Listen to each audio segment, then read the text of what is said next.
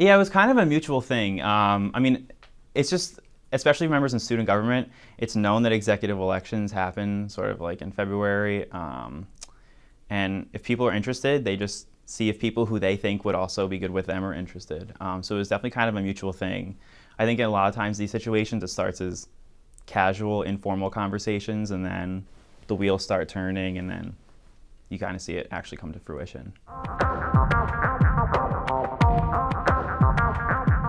So yeah, like I said, I'm a junior. I guess one of the first things, well actually the first thing I was involved in here was Freshman Leadership Council, which is a part of student government.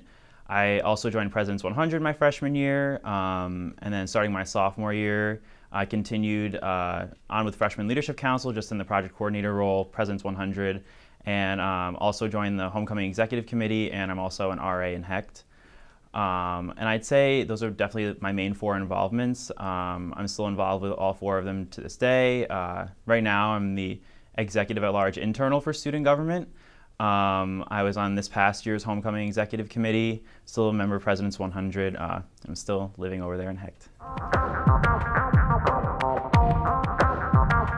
So yeah, there are several initiatives of our ticket that are addressing issues of LGBTQ students here at the University of Miami.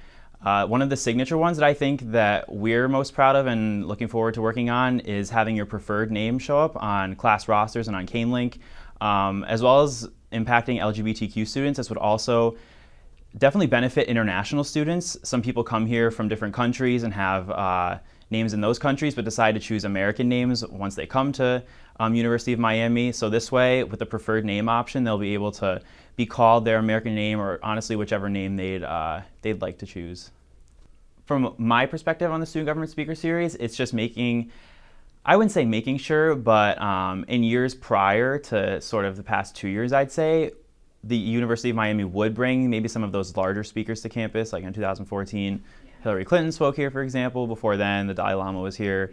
Kind of just doing whatever student government can and whatever its power to maybe bring those speakers back to campus. Doesn't have to be as influential people as the people I just named, but just making sure that the University of Miami stays relevant in the mind of a bunch of people. The Just Ask campaign is something that I'm personally very excited about. There are 2 ACC-wide campaigns, Just Ask and It's On Us. The first, the second, I should say, It's On Us, we all kind of are aware of. It's having to do with sexual assault and kind of increasing awareness for that. Just Ask is having to do with mental health. So kind of increasing the awareness of mental health, and personally just doing whatever we can to try and take away whatever negative stigma is left with going to the counseling center.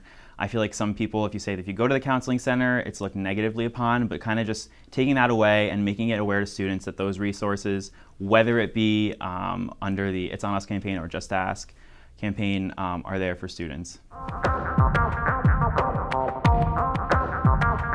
Well, as a current member of the Student Government Executive Committee, I personally don't have too many criticisms. I would definitely say that just from this year and next year, potentially with the Student Government Executive Committee, one thing that I would like to increase more is probably the non-formal interactions between members of student government. And that's partially how the role of my position now as Executive at Large Internal for Student Government. And then also kind of just whatever kind of means necessary is making student government one of the bigger involvements in people's times here at UM. A lot of people in student government are just, honestly, they're just really involved, and their main organization might be their Greek organization or their religious organization. And that's fine, but also knowing that in student government they have a solid group of people that they can turn to if they need something or just need a resource.